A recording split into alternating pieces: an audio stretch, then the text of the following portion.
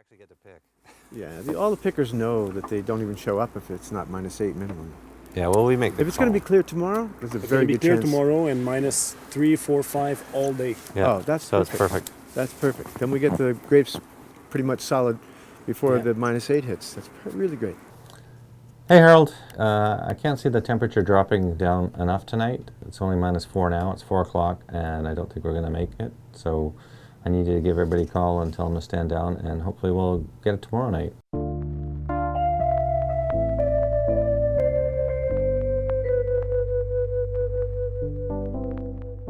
To make superb ice wine, first thing you need is superb grapes, and we are so blessed in the Okanagan Valley. This is one of those rare places in the world where we have that perfect balance of conditions to make world-class wines. And it's a small region, so there's not very much of it. It's a rare, beautiful thing. And then we're singularly blessed because not only do we have a growing season to ripen these grapes perfectly for wine production, but we have a winter that's cold enough to freeze them on the vines and turn our beautiful wines into ice wine. Well, we're November 19th, and it's happening. Just after Harold, the vineyard manager, had gotten through with phoning everybody, telling them they didn't need to show up, he got to do it all again and tell them to show up. The temperature was doing what it was supposed to do today, but late. And then we had a sudden drop of about 5 degrees within a couple hours. And that's what made Made it all happen. Made it all happen. So we're picking the frozen grapes on the vine because part of the whole ice wine making process is they have to freeze naturally on the vine. So we're picking frozen grapes on the vine. So we'll go over here in the Riesling block and you'll see a lot of people with headlamps on and buckets. A month ago you'd have to use snips or clippers to pluck them off, but now they just come off by hand. And that's why the wind and the weather eventually take their toll on these, because the stems just rot at some point and drop the grapes to the ground, which is all designed by nature to do that. We'll probably pull, well, we got 17 acres we're picking here tonight, and we should be able to, I'm hoping that we'll get through it all, but it also depends on the temperature. If the temperature starts to rise and we lose the freeze, then we have to stop. So anyways, well, we'll see what happens. Well, Canada is one of the largest producers of ice wine in the world, and the ice wines are stellar. I mean, the climate is really ideal for it as well. What do we call it? The nectar of the gods from God's country. Ice wine. Imagine just the nectar of the grape, no water. Yeah. Isn't that magnificent? Like, no other product has that. That's why it's so special. Also why it's, it's expensive. Just to make a bottle, a half bottle, it's very expensive to do. You get about 15% of what you'd normally get in the normal harvest. If you look at these grapes now, these are like frozen little marbles, and we give them a squish and there's nothing happening. When we actually break it open, you see it's just ice. The water is literally ice crystals in there. And that's what we're going to squeeze out. See that little bit of juice there? That's the syrup. That's ice wine right there. So officially, the official airport temperature is -13, but what we're seeing right now with the cloud coming in is it's actually starting to warm up. We can feel it. Yeah, everybody can feel it. And you can. Yeah, and there's So we're going to be shutting down here at probably around 1. Okay. And that'll be her for today. So Eric called it off. It was 1. It was getting warm. It's a bit of a bummer, that's the truth.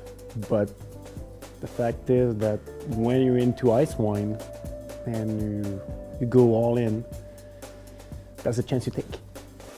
And it's not over. That night is over. We still have grapes hanging. They're looking good.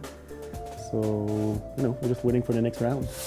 We were just in the field and we've been picking grapes all evening. So now the bins actually get transported down to the crush pad.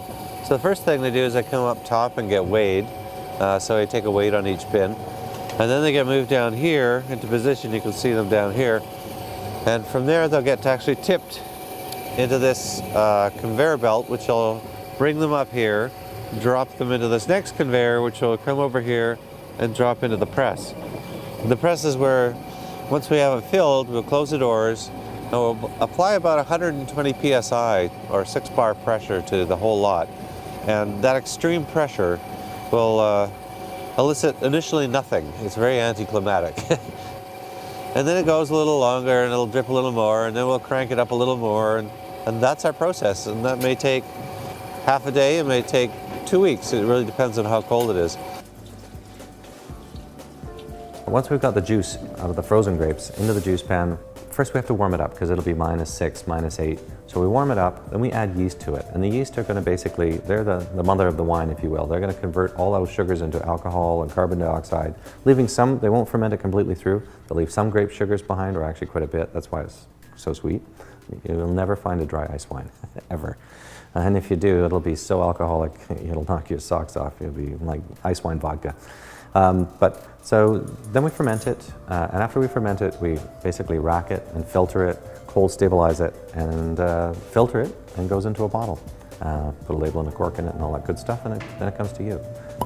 You know, the intensity of this wine, the purity of flavor in this wine, it is just perfect. It is so beautiful.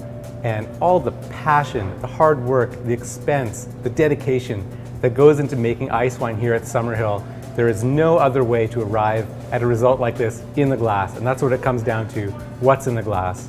It's perfection. So I'm so proud of this wine. I hope you enjoy it. Cheers.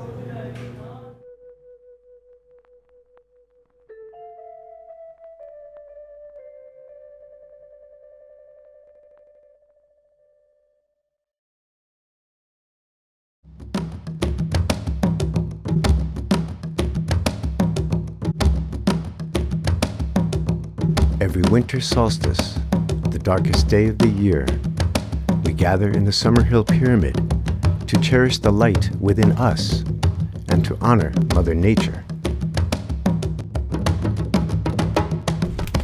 She answers our call, the nature spirit herself, Alessence.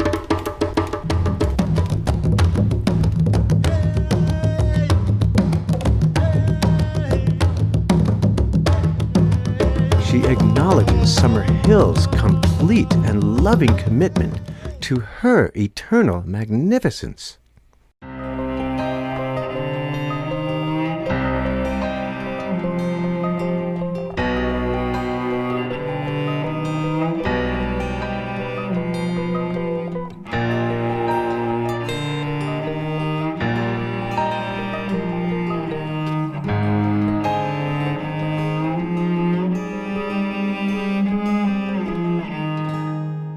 Enraptured in the pyramid's sacred geometry chamber, she blesses us as being worthy.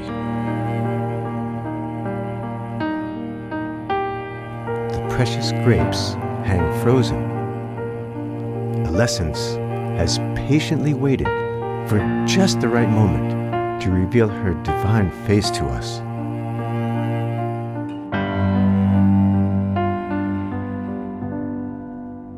She declares a true triumph, a triumph of man and nature.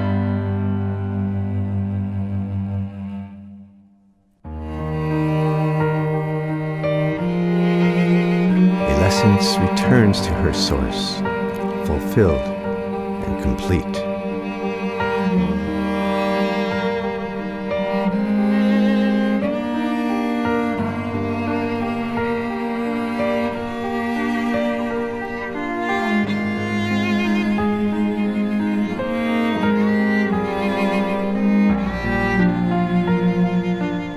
Leaving us breathless with her blessing.